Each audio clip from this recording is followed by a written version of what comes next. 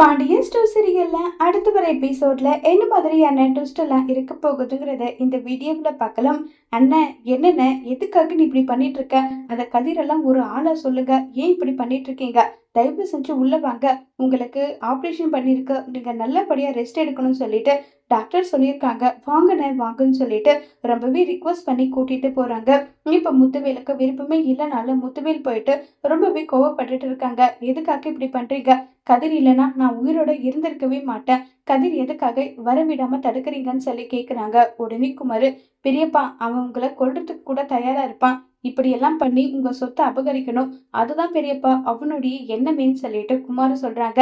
உடனே சக்தி, நீ முதல்ல வக்கீல வரவேன்னு சொல்றாங்க. அண்ணா எதுக்காகண்ண? உனக்கெல்லாம் எதுவும் ஆகாது. உன்னை நல்லபடியா பாத்துக்க வேண்டியது என்னுடைய பொறுப்பு. எத்தனை கோடி செலவானாலும் ஸ்பெஷலிஸ்ட் டாக்டரை வர வச்சு உனக்கு ட்ரீட்மெண்ட் நான் பண்றேன்னு சொல்லிட்டு இருக்காங்க. சக்தி, நான் சொன்னதை செய்ய முடியுமா முடியாதான்னு சொல்லிட்டு முத்துவேல் சொன்னதும் உடனே சக்திவேல், சரிண்ணே உங்களுக்கு என்ன இப்ப வக்கீல வர வைக்கணும் அவ்வளவுதானே, வர வைக்கிறேன்னு சொல்லிட்டு வக்கீல வர வைக்கிறாங்க. என்னுடைய சொத்து முழுக்க என்னுடைய பையனா நினைச்சிட்டு இருக்க குமார் மேலே எழுதி வச்சிடுங்கன்னு சொல்லிட்டு முத்துவேல் வக்கீல் கிட்ட சொல்றாங்க. இதை கேட்டதும் காந்திமதி வடிவு எல்லாருக்குமே பயங்கரமா ஷாக் ஆகுது. என்னப்பா எதுக்காகப்பா இப்படி முத்து பண்ணிட்டு இருக்க? உனக்கெல்லாம் எதுவும் ஆகாது, கவலைப்படாதியான்னு சொல்லிட்டு இருக்காங்க. இல்ல, குமார் இப்படி பேசுறது எனக்கு ரொம்ப கஷ்டமா இருக்கு. சொத்துக்காக தான் கதிரும் சரி ராஜியோட குடும்பமும் இங்க உறவாடுதா அவன் நினைச்சிட்டு இருக்கான். இப்ப சொத்து என்கிட்ட ஒரு ரூபா கூட இல்ல. இப்ப நான் அந்த குடும்பத்தை கூட பேசினா ஏதாவது தப்பா? இப்பயாவது நான் சொத்தை கொடுத்துருவேன் நீ நினைக்கிறியான்னு சொல்லிட்டு முத்துவேல் சொல்றாங்க. பெரியப்பா, போயும் போயும் அந்த கதிருக்காக நீங்க எங்களை தாழ்த்தி பேசுறீங்களா? நானு சொத்துன்னு சொன்ன விஷயம் உங்களுக்கு தப்பா புரிஞ்சுக்கிட்டீங்க.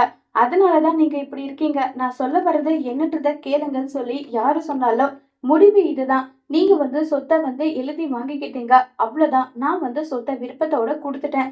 இனி என்னுடைய பொண்ணு கூடயும் என்னுடைய மருமக கூடயும் என்னுடைய காலத்தை கழிக்கணும்னு நினைக்கிறேன். நான் பாண்டியனோட வீட்டுக்கே போக போறேன்னு சொல்லி முத்துவேல் சொல்றாங்க. இன்னும் எவ்வளவு நாள் நான் உயிரோடு இருப்பேனோ தெரியாது. என் பொண்ணை எதுக்காகவும் யாருக்காகவும் ஒதுக்கி வைக்க நான் விரும்பல. என் பொண்ணு கூட நான் போறேன்னு சொல்லி சொல்றாங்க. இதை கேட்டதும் காந்திமதி வடிவு, நீங்க இல்லாத இடத்துல இருந்து நாங்க மட்டும் என்ன பண்ண போறோம்? நாங்களும் கூட வரோம்னு சொல்லிட்டு முத்துவேல் கூடவே கிளம்பி போறாங்க.